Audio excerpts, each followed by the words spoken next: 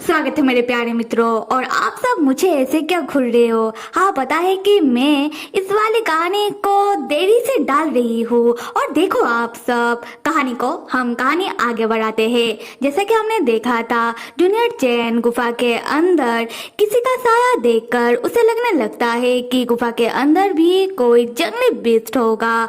तब जूनियर चैन डर के मारे लियू का हाथ पकड़ लेता है और जैसे ही लियू को लेकर गुफा से भागने वाला होता है, तब पीछे से मुंह आकर जूनियर चैन को पकड़ के पूछने लगता है कि तुम भागकर कहाँ जा रहे हो? ये मैं हूँ, क्या तुम मुझे ढूंढने के लिए नहीं आए हो? जूनियर चैन मुंह को देखकर खुश होकर उसे अपने गले से लगा लेता है और कहने लगता है कि भगवान का शुक्र है कि मुंह तुम ठीक हो, मैंने तुम्हें ढूंढ लिया। मुंह कहता है कि हाँ बिल्कुल, और ऐसे भी जब तक तुम मुझे नहीं ढूंढते मैं यहीं पर तुम्हारा इंतजार करता रहता, चाहे इसके लिए जितना भी वक्त लग जाता। जूनियर चैन मुंह से पूछने लगता है कि बाहर बहुत सारे जंगली बीस्ट थे, तो फिर मुंह तुम कैसे उनसे बचे हुए हो? मुंह कहता है कि ऐसा इसलिए क्योंकि मैंने गुफा के बाहर बैरियर लगा दिया है। ये जानकर जूनियर चैन पूछता है कि अगर गुफा के बाहर बैरियर लगा हुआ है तो हम गुफा के अंदर कैसे आए?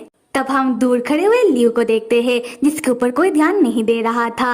लियू अपने मन ही मन कहता है कि बेवकूफ जूनियर चैन, गुफा के बाहर मास्टर ने बैरियर लगा कर रखा है, मैंने ये देख लिया पर तुमने ध्यान नहीं दिया, और मास्टर चाहते थे इसलिए तो हम गुफा के अंदर आ पाए। पता नहीं इस बेवकूफ के ऊपर मेरे मास्टर का दिल कैसे आ गया। मुंह जूनियर चैन से कहता है कि ये सब छोड़ो और ये बताओ कि हम इतने लंबे वक्त के बाद मिल रहे हैं, तो तुमने मुझे कितना मिस किया? जूनियर चैन पहले तो मना कर देता है कि मैंने तुम्हें मिस नहीं किया, फिर जूनियर चैन से रहा नहीं जाता तो जूनियर चैन मुंह के गालों में किस करता हुआ कहता है कि हाँ मैंने तुम्हें बहुत मिस किया।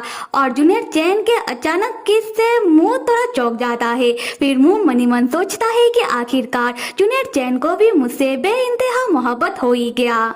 यहाँ से फ्लैशबैक दिखाया जाता है, जहाँ हमें पता चलता है कि जब मुंह को पहली बार जूनियर चैन से प्यार हुआ तब मुंह ने बहुत सारी इंसानी जीएल और बीएल सीरीज देख ली, समझने के लिए कि सेम जेंडर के बीच प्यार कैसे होता है।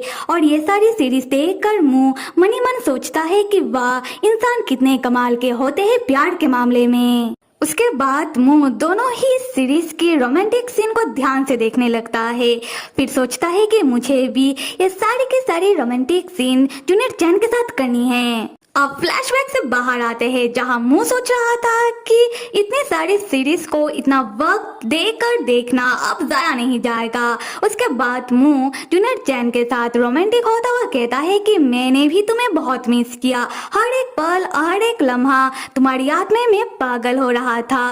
तब हम दूर खड़े हुए लियू को देखते हैं, जो मनी मन कह रहा था कि अब मास्टर मेरे ऊपर ध्यान तो नहीं देंगे क्योंकि उन्हें अपना जूनियर चैन जो मिल गया है। तब मुंह लियू की ओर देखकर कहता है कि तुम अभी भी यहाँ क्यों खड़े हो? लियू कहता है कि मास्टर मैंने भी तो आपको बहुत मिस किया। मुंह कहता है कि निकलो यहाँ से और गुफा के बाहर जाकर पहरा दो। उसके बाद हम लियू को गुफा के बाहर बैठे हुए देखते हैं, जो मनी मन कह रहा था कि मेरे साथ इतना सोतलापन क्यों? जूनियर चैन तब मुंह को अपने से दूर करता हुआ कहने लगता है कि हमें मेरे मास्टर के पास जाना होगा क्योंकि हमारे पास ज्यादा वक्त नहीं है।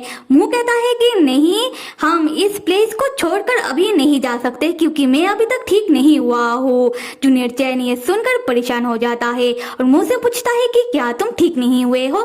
क्या मतलब है तुम्हारा? क्या तुम्हें दोबारा कहीं चोट लगा है तो मुझे दिखाओ।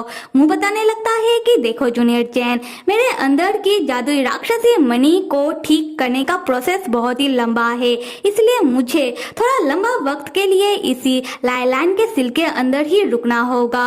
और जूनियर चैन, क्या तुम भी मेरे साथ यहाँ रहना चाहोगे? जूनियर चैन कहता है कि हाँ बिल्कुल, पर यहाँ पर तो बहुत सारी राक्षसी ओरा है। मुंह बताने लगता है कि स्नो चीते के कारण आसपास के राक्षसी ओरा बहुत हद तक शुद्ध हो गया है। जूनियर चैन कहता है कि तो फिर ठीक है, पर मुझे अपने मास्टर से इस बारे में पूछना होगा।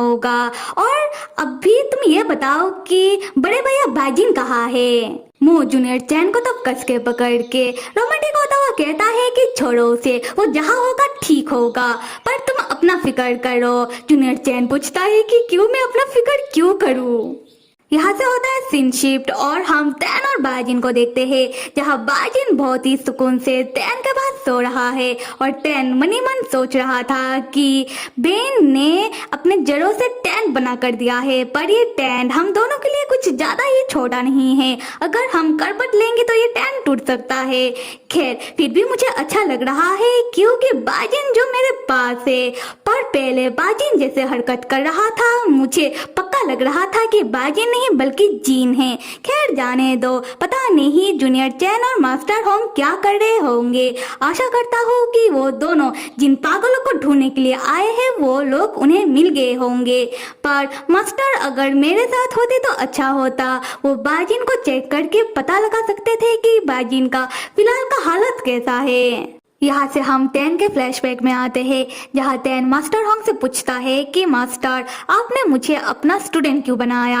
मास्टर होंग कहते हैं कि टैन, मुझे समझ आ रहा है कि तुम क्या जानना चाहते हो।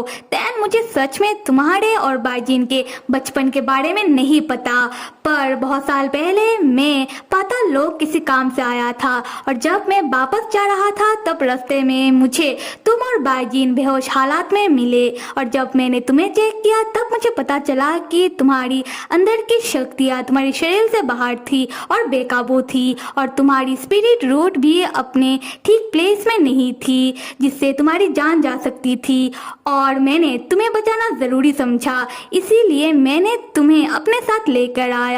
मैंने तुम्हें राक्षसी कल्टीवेशन करना सिखाया जिससे तुम अपने अंदर की शक्तियों को काबू कर सको और जिससे तुम एक राक्षस कल्टीवेटर बन गए।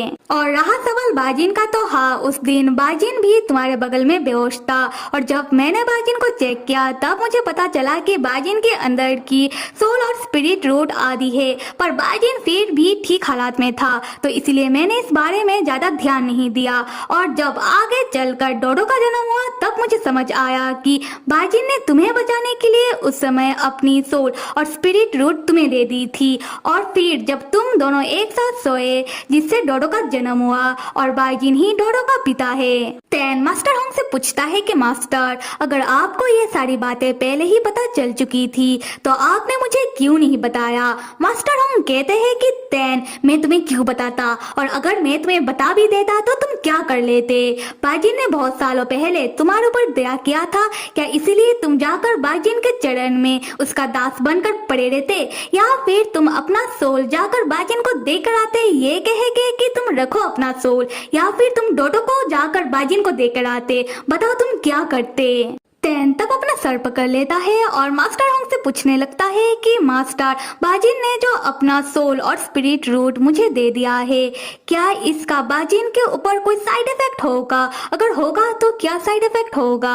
मास्टर होंग कहते हैं कि देखो टैन, ऐसा कभी किसी ने नहीं किया, इसलिए मुझे इस बारे में नहीं पता। हाँ, इस बारे में उसको जरूर पता होगा जिसने ऐसा किया होगा, तो तुम क्यों ना बाजिन से ही इस बारे में पूछ लो। यहाँ से हम टैन के फ्लैशबैक से बाहर आते हैं, जहाँ टैन सोच रहा था कि अगर मैं बाजिन से इस बारे में पूछूंगा मुझे पक्का पता है कि बाजिन मुझे कुछ नहीं बताएगा, क्योंकि बाजिन ऐसा ही है जो हर एक चीज अपने तक ही रखता है। तब बाजिन जाग जाता है और टैन से पूछने लगता है कि क्या हुआ टैन, तुम्हें नींद नहीं आ रहा।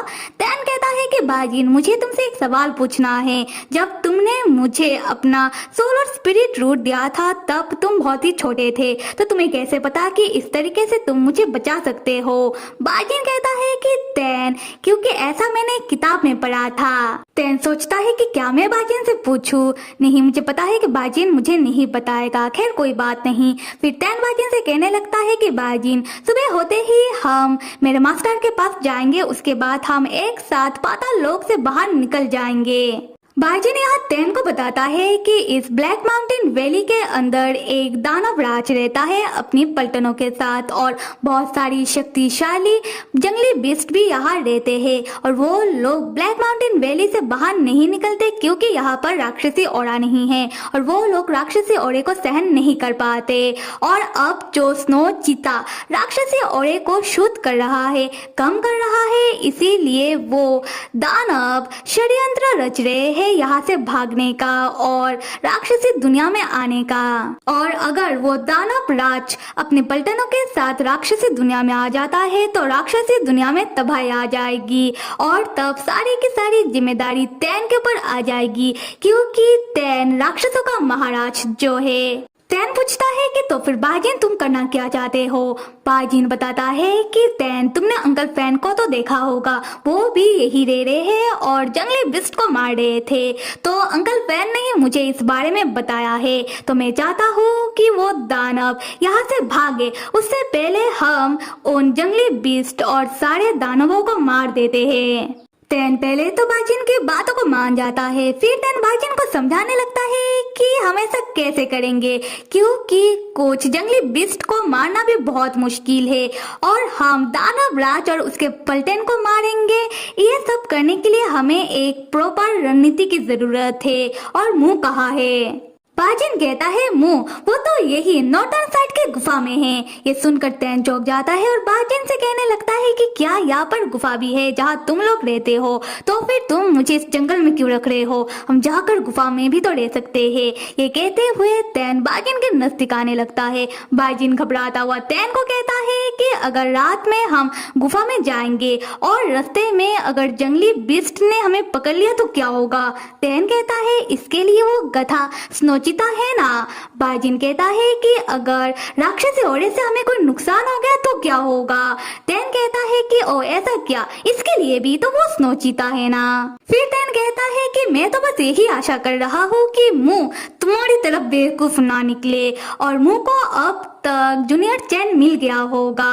और देखो बाजिन, मुझे भी पसंद नहीं कि हमारे बीच कोई आए, मैं भी सिर्फ तुम्हारे साथ टाइम स्पेंड करना चाहता हूँ। तब बाजिन शर्माने लगता है। तैन कहता है कि ओहो मेरे बाजिन, तुम्हें शर्म आ रहा है, तुम्हें शर्म क्यों आ रहा है? कुछ देर की ही बात है, जब तुम वो सब कर रहे थे तब तो तुम्हें शर्म नहीं आ रहा था और मैं तुम्हारे साथ थोड़ा फ्लर्ट क्या कर रहा हूँ, तुम शर्म के मारे लाल हो रहे हो। उसी वक्त तैन और बाजिन देखते हैं कि आसमान में पटाखे फूटने लगते हैं। ये देखकर तैन चौंक कर कहता है कि कोई बहुत बड़ी मुसीबत में है। तब तैन बाजिन को बताने लगता है कि मैं मास्टर होंग और जूनियर चैन ने तय किया था कि अगर हमें से कोई मुसीबत में होगा तब हम इस तरीके से ही एक दूसरे को बताएंगे। इसका मतलब जूनियर चैन या फिर मेरे मास्टर होंग किसी बड़ी मुसीबत में पड़ गए हैं, हमें जल्दी से वहां जाना चाहिए। तब पटाखों की आवाज से स्नोचिता और वेन भी वहां आ जाते हैं। वेन बताने लगता है कि पटाखे ब्लैक माउंटेन वैली के अंदर से फुट रहे हैं, इसका मतलब जो भी वहां गया होगा वो तो गया समझो।